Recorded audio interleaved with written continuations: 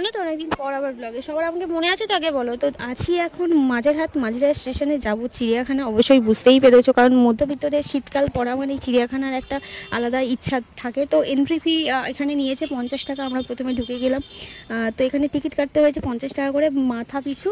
তবে 3 বছরের নিচে বা 3 বছর পর্যন্ত ধার্য করা আছে 20 টাকা। কোনো রকম প্লাস্টিক কিছু অ্যালাউ নেই, প্লাস্টিক বর্জন মুক্ত পরিবেশ এরা আর কি দেখতে চাইছে। তো যাই হোক পরিকল্পনা যথেষ্ট উন্নতজনক। তো এখানে প্লাস্টিকের চিপস টিপস কিছু নিয়ে যাওয়া যাবে না, একদম কাগজের থালায় এখানে অ্যালাউ করে। বাড়ি থেকে খাবার দাবার করে আনা যাবে। আর চিড়িয়াখানার বয়স হলো আজকে 150 বছর পূর্তি। তো আমরা গিয়েছিলাম ডিসেম্বরে, না সামথিং নভেম্বরে গিয়েছিলাম। তখন জীবজন্তু ছিল সবই, কিন্তু ওই অল্প অল্প ছিল, মানে সব রকমই ছিল। একদম ভর্তি ভর্তি যেটা থাকে না একের প্রপার শীতকালে, সেই জিনিসটা ছিল না, কারণ তখন শীতটা সবে সবে পড়ছে। তো আমরা ফুল ব্যাটালিয়ন গিয়েছিলাম। এখানে এই যে জলহস্তি, মানে সব কিছুই আমরা দেখেছি, উপভোগ করেছি। বাট একদম যে মানে অনেক ছিল, অ্যাভেলেবেল ছিল সেরকম কিছু নয়। আর এখানে আমার ফ্যামিলিদের সাথে একটু টাইম স্পেন্ড করে নিলাম। আর এই যে নেকড়েটা আমার খুব পছন্দ হয়েছে, মানে ও দেখছে আমি ব্লগ করছি ওই জন্যই আমার সামনে বারবার আসছে।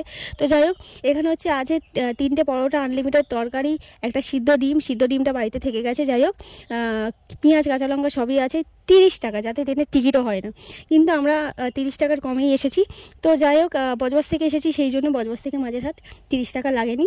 তো তারপর মুড়ি টুড়ি ছিল, মানে বাঙালি আর মধ্যবিত্তদের একটা কমন ভালোবাসা হচ্ছে মুড়ি। কারা কারা মুড়ি লাভার আমাকে অবশ্যই কমেন্টে জানিয়ে। আমার তো ভীষণ ভালো লাগে। এখানে আমি ছাড়া বাকিরা সকলেই পরোটার পরে একটু মুড়ি ট্রাই করেছিলাম, তার সাথে ছিল স্যালাড, সবই দেখতে পাচ্ছ। তো মিষ্টিও ছিল, মিষ্টিটা ভিডিওটা করা হয়নি, তো যাই হোক বলে দিলাম। তারপরে এখানে হচ্ছে এই যে ঝিলের দিকে এসছি, আমরা ঢুকেছি না চিড়িয়াখানার উল্টো সাইড দিয়ে, যার কারণে আমরা উল্টো দিক দিয়ে ঘুরেছি।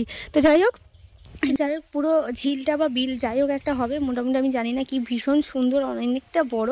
তো সেগুলো দেখে আবার বাকি যেগুলো দেখা বাকি, অনেক কিছু এখনও দেখা বাকি। দেখতে দেখতে প্রায় 3টে বেজে গিয়েছে, সকালবেলা এসেছি, তবুও অনেক কিছু দেখা বাকি, এখনও সাপটা কিছুই দেখা হয়নি। তো এইগুলো দেখে আর এইগুলো দেখার পরে আমার মনে হচ্ছিলো যে মানে আমি এত বড় হয়েছি, চিড়িয়াখানায় ফার্স্ট টাইম এলাম। বললে হয়তো তোমরা বলবে যে নাটক করছি বা কিছু, আমারও ছোটোদের মতন যতটা তারা এনজয় করেছে আমিও সেরকম এনজয় করেছি, আমারও বেশ ভালো লেগেছে। তো এবার আমরা সাপের দিকটা দেখছিলাম যে কোন দিকে আছে। এই যে জায়গাটা দেখলে, এই জায়গাটায় সকলে বসে খাওয়া দাওয়া করছে। আমরা একদম ফাঁকা একটা জায়গা প্লেস পেয়ে গিয়েছিলাম খাওয়া দাওয়ার জন্য, আর জমিয়ে খাওয়া দাওয়া করেছি। এই যে এটা হচ্ছে অজগর সাপ ছিল, তো সাপ সেভাবে ছিল না, ওই 2-3টে ছিল মোটামুটি, আর সামনে ওটা ছিল, ওটাই ভিডিও করতে পেরেছি। তারপরে এই যে জলের যে কি ক্রাইসিস বন্ধুরা, কি বলবো, মানে একটু ফ্রেশ হয়ে নিলাম, কারণ ঘুরে ঘুরে জলের জন্য কল খুঁজে খুঁজে মাথা খারাপ। কারণ বললাম যে প্রথমে এই যে উল্টো সাইড দিয়ে ঘুরেছি, আর যেদিকে কল পেয়েছি সেদিকে এত ঘন ঘন কল যে মানে বোর হয়ে যাচ্ছি, আর বোতল পাচ্ছি না কোনটা ভরবো, সবই ভরা হয়ে গেছে। তো যাই হোক এই যে সব কিছু দেখা প্রায় অলরেডি কমপ্লিট। এবার বাড়ি ফেরার পথে, কারণ সকলে খুব টায়ার্ড, মানে সারা দিনটা খালি পায়ের বিরাম নেই। তো যাই হোক এই যে আমাদের পূর্বপুরুষ, কারা চিনতে পেরেছে কমেন্টে অবশ্যই জানিও। আমার থেকে ভীষণ ভালো লেগেছে, ক্রাশ খেয়ে গেছি। তো যাই হোক আর না ভীষণ বোঝে এরা, মানে মানুষের, যেহেতু মানুষের পূর্বপুরুষ, মানুষের ফিলিংটা ভীষণভাবে বোঝে যে মানুষ চাইছে এটা কী।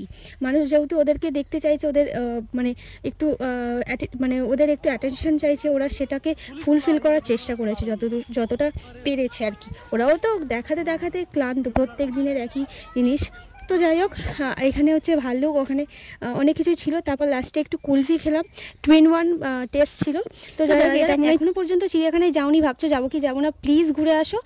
বাড়ির কুচোকাচাদের নিয়ে খুব এনজয় করবে, কারণ এখন জানুয়ারি মাসে অনেক জীবজন্তুরা আছে, বিদেশি দেশি অনেক রকম জীবজন্তুর আনা হয়েছে। আর 150 বছর পূর্তি উপলক্ষে নতুনত্ব দেওয়া হয়েছে চিড়িয়াখানায়, না গেলে মিস করবে। টাটা।